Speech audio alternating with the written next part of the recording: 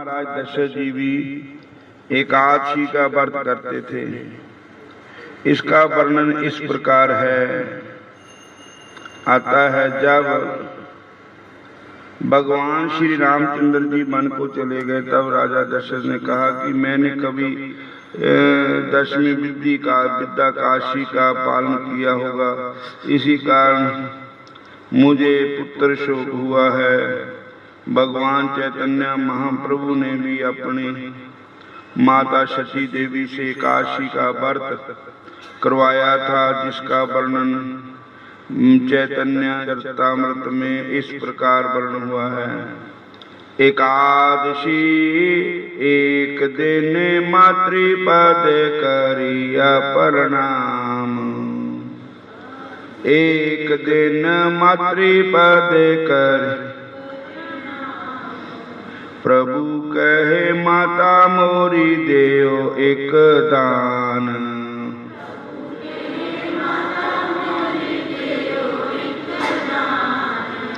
माता कहे ताई देव तुम जा मांगवे, माता बोली ताहे दिन तुम जा मांगवे। प्रभु बोले कादशी अन्न ना खाइबे, प्रभु बोले कादशी। सती कहे ना खाए भाला कहेला, सती कहे ना खाए भार। सही है वे कादशी करीवे लागला, के एकादशी कर। हरे कृष्ण कृष्ण कृष्ण हरे हरे,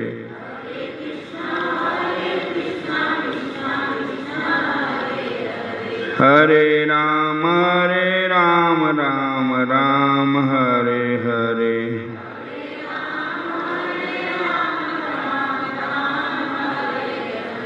एक दिन महाप्रभु ने अपनी माता को प्रणाम करके कहा, माता जी आज मुझे एक दान मुझे दीजिए। माता जी बोले जो मांगोगे वो दूंगी। प्रभु ने कहा एकादशी का व्रत करो। माँ ने कहा बहुत अच्छी बात है। तब से माँ सती ने एकादशी व्रत शुरू कर दिया। एकादशी भगवान को बहुत प्यारी है, जो कि भगवान अपने माता से, अपने पिता से तथा भक्तजनों से, सभी से माता एकादशी का, चैतन्य महाप्रभु एकादशी का व्रत करवाते थे। बोलो एकादशी महारानी की जय। देवपुर अधिपति महाभागवत रुक्मांगद ने अपने राज्य में एक सुंदर पुष्पोद्यान लगाया था। इतना मनोरम था कि लोगों के लिए वह एक दर्शनीय स्थल बन गया था। उस स्थान में स्वर्ग के देवता भी आकर वहां खिले हुए फूल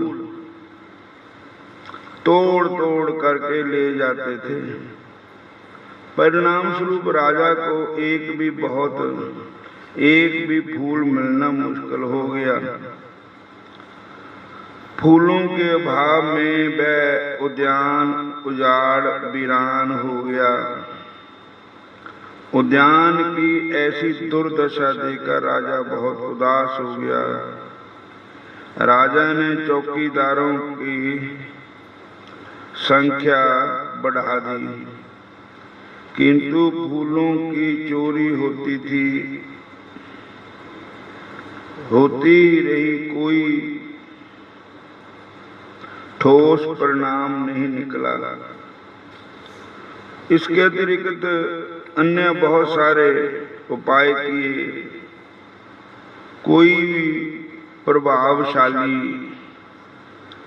प्रभाव नहीं पड़ा, क्योंकि फूलों की चोरी करने वाला मनुष्य तो था ही नहीं जो पकड़ में आ सके।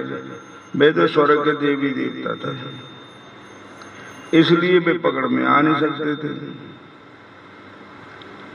अंत में राजा ने अपने कुल पुरोहित से इस समस्या के समाधान के लिए कुछ करने को प्रार्थना की। कुल पुरोहित ने इसका समाधान बताते हुए कहा कि यदि उद्यान के सभी पौधों के ऊपर भगवान विष्णु का चरणोदक संध्या के समय छिड़क दिया जाए तो संभव है कि चोरों को पकड़ा जा सकेगा। यदि रात्रि होने पर स्वर्ग के देवी देवता एवं अप्सराएं रोज की तरह इस उद्यान से उत्तर आए, उनमें से एक देवी का पाम पौधों में के ऊपर छिड़के हुए भगवान के चरणामृत के ऊपर पड़ गया, उसके पूर्ण खत्म हो गए, ऊपर जाने की शक्ति नहीं रही। देवता व देवियां उसे उसी असहाय अवस्था में छोड़कर वापस स्वर्ग में चले गए। वह बेचारी अकेली रह गई। पुण्यों के खत्म होने से वह उड़ा नहीं पड़ सकी तथा वापस स्वर्ग नहीं जा सकी। अपने साथियों से बिछड़ जाने पर तथा इस मृत्यु लोक में व्यापत जरा व्याधि आदि दुखों से बारे में सोच कर कि आप हाय मुझे अब इस मृत्यु लोक में रहना पड़ेगा, दुखी होकर रोने लगी।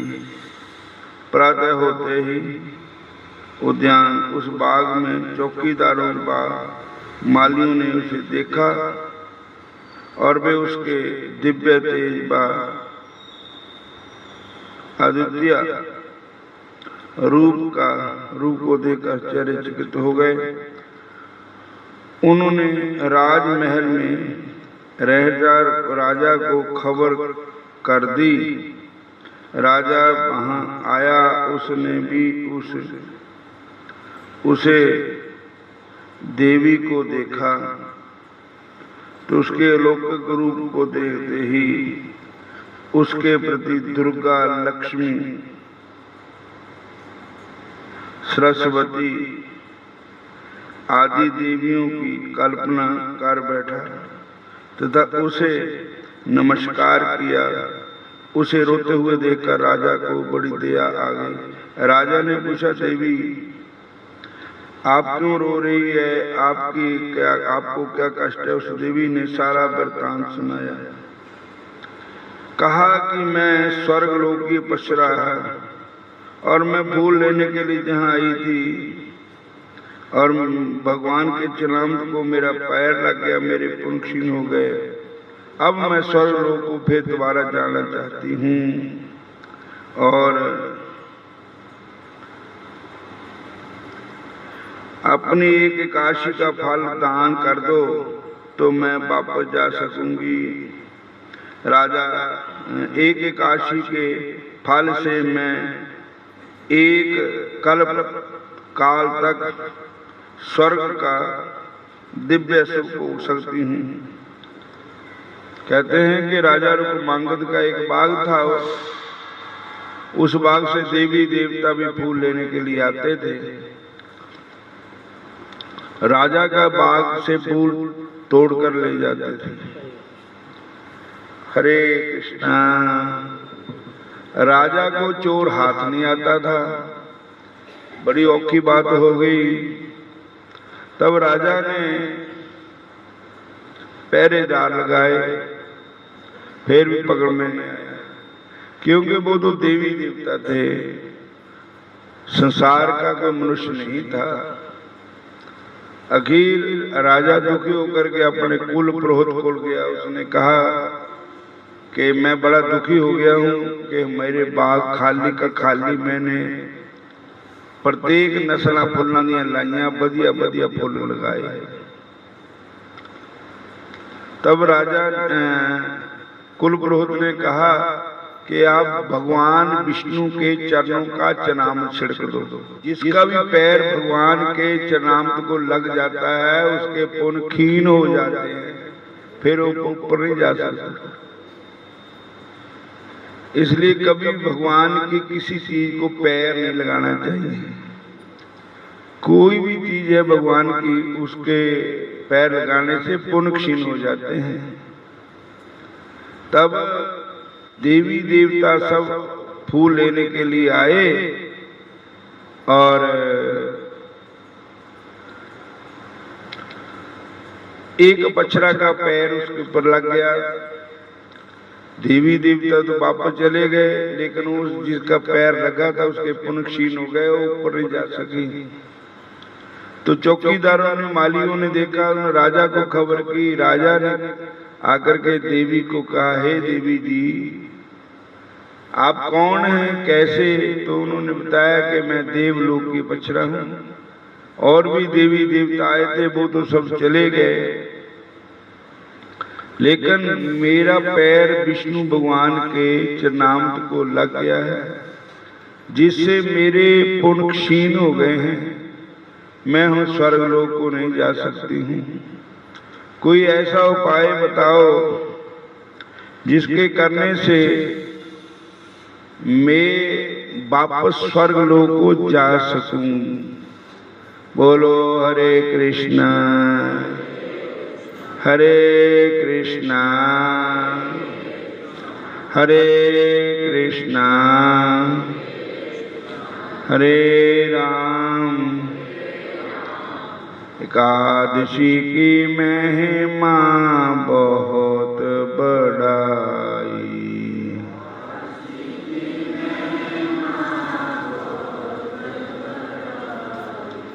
ऋषि मुनियों और संतों ने गाई।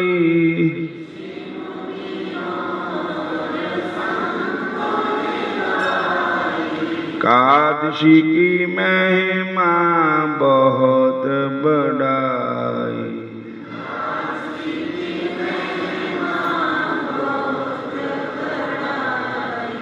एकादशी का व्रत जो भी करेगा,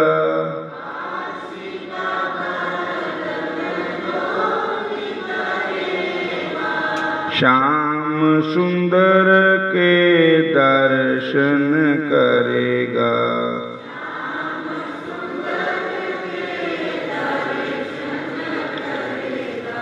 एकादशी की महिमा बहुविधि गाई।